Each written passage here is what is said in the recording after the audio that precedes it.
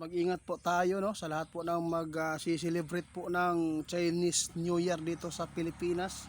May babala si kaibigan dahil po sa nakita po nila. Hindi po nila tukoy kung ano po ang mangyayari. Kaya subukan lang po natin itanong kay kaibigan. Baka alam po niya. Basta babala po niya ito, ha. Mag-ingat po.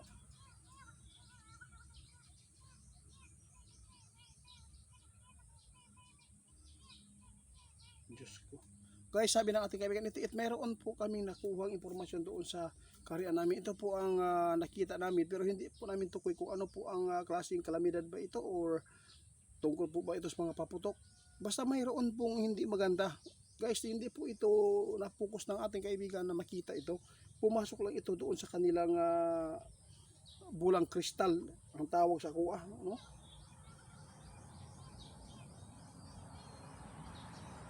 Ito po ang nakita nila. Hindi po sila nag-focus sa ganyan pong mga bagay, ha.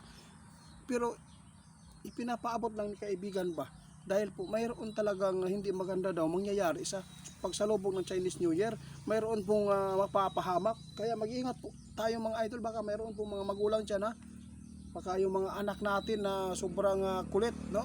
Wag po, baka maka-forwisyo tayo sa ibang tao, maka damage pa tayo, dili takabalo mga idol kung unsa ning paghitabo.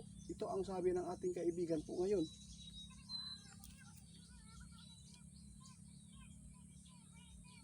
Oo, salamat. Nagbabala si kaibigan mga idol. Tungkol po sa nakita nila na ito po ang pangitain po nila na mayroon pong nakapasok sa kanilang kung saan sila tumitingin ba na mga impormasyon dito sa ating mundo kung anong mangyayari. Ito po ang nakita nila sa Chinese New Year. Mayroon pong mga magbabiral na naman po na hindi magandang balita ito.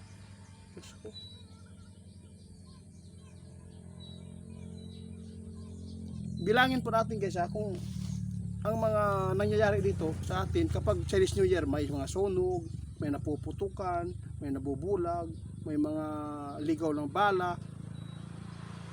Marami po ang dapat nating bantayan. At saka lalo na ang sakuna, no?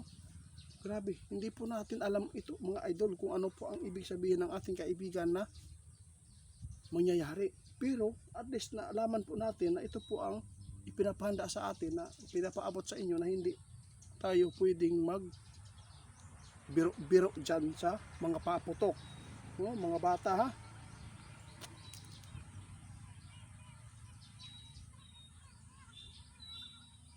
Na pati dito sa Davao mga idol, mag-ingat po, sabi ng ating kaibigan. Isa po ang Davao, sa ulog po ka ng kuan, pati dito sa Tagum, no? Sa ulog ka ng Chinese New Year mo makiapil po siya, dagan po tag mga Chinese dire sa tuwa, dagan po sila gipapuyo. Ang mga Chinese dire mao pa yung mga iso gani kaysa loy kayo ni ang mga taga dire sa tuwa, loy kay mga pobre man po ang ilama kaya ra mo nagiingon na mag-amping ta mga idol kung unsa man ning nangit na nakita ni kaibigan. Okay lang po yung kaibigan, at least nalaman po natin, pero hindi naman po ito mahalaga po sa kanya. Pero nakita po niya guys na may mga Pilipino talaga na mapapahamak, kaya ipinapaabot po niya para masupla ito, yung pangitain po na nakikita po nila sa kanilang karian.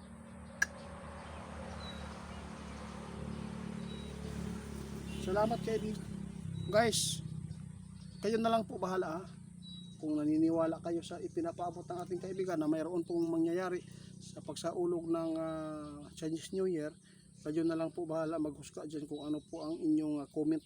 Basta sinabi lang ating kaibigan kung ano man po daw ang nakikita nila na masama na pangitain para dito sa Pilipinas, dito sa ating bansa, ipapaabot po talaga niya kasi napakarami po talaga ang magsiselebrate po ng Chinese New Year.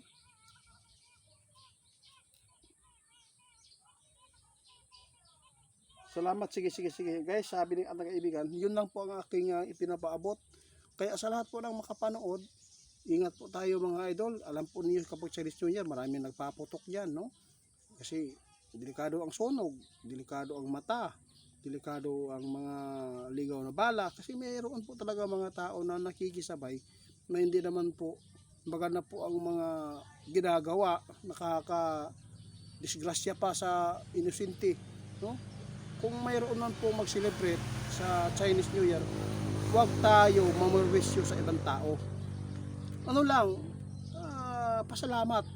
Hindi lang po tayo tulad ng nakaraang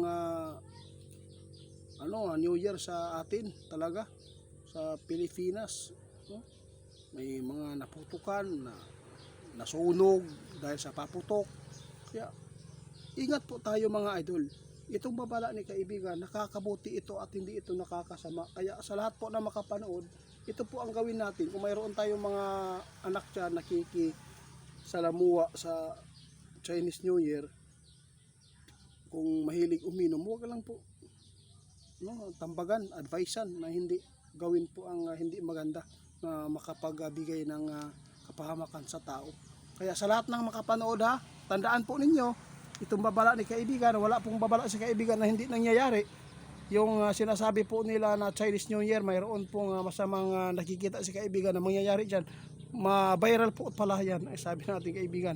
Ano kaya ito? Abangan na lang po natin kaya sana hindi ito mangyayari. Sana walang Pilipino na madadamay. Kaya salamat po, salamat.